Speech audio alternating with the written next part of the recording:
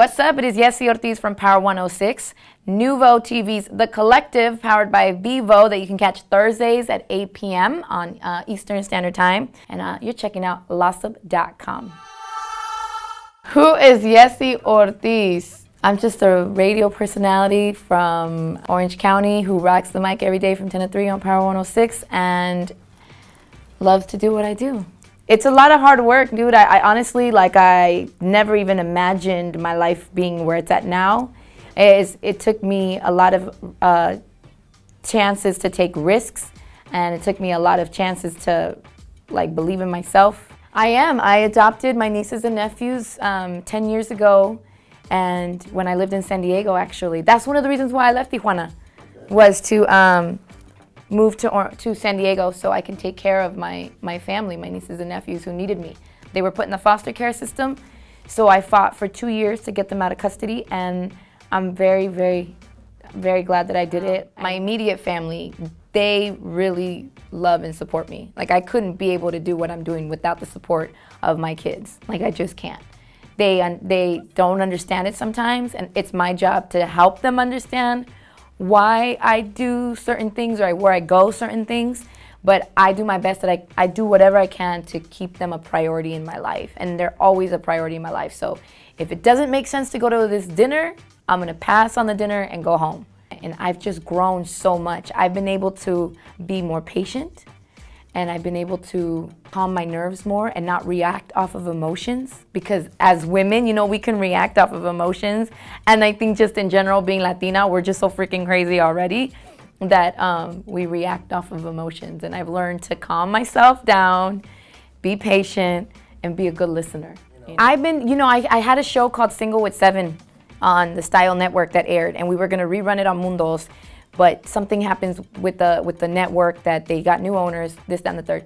So I went and I pitched it to the Nuvo network, and we were gonna launch with this show, and we ended up kind of just talking about a brand new show about being more of a tastemaker in the city and what it is to highlight hot new artists, hot new fashions, hot new places to go, and if I wanted to be a part of it. And so I had a meeting with the network, and I had a meeting with Jennifer Lopez's sister Linda, who's running New Eurekan Productions, and I had a meeting with Jennifer, and we just,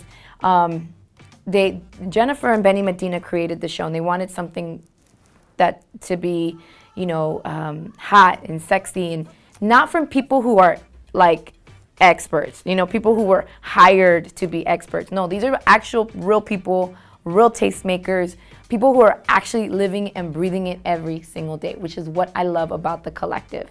Because it's myself, DJ Ski, who Ski is incredible in the freaking music world.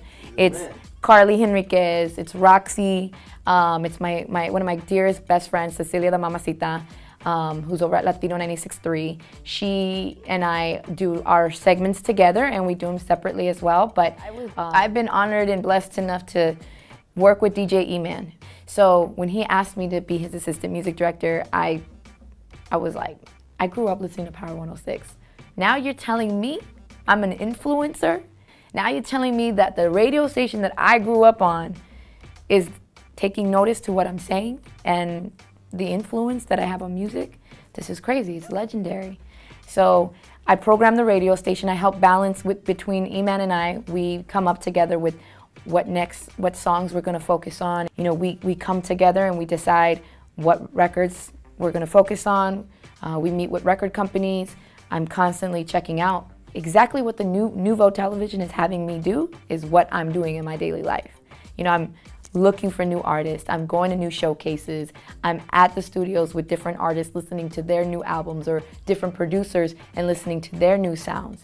And at the same time, I'm consulting with artists and giving them kind of feedback on what works for radio and what doesn't work for radio. Don't allow anyone to tell you you are a victim of your community, a victim of your lifestyle, a victim of your family, a victim of whatever it is that you feel is a struggle in your life. Because you're not a victim, you're a survivor. And you don't ever think about the problem, you continuously replace it with thinking about a solution.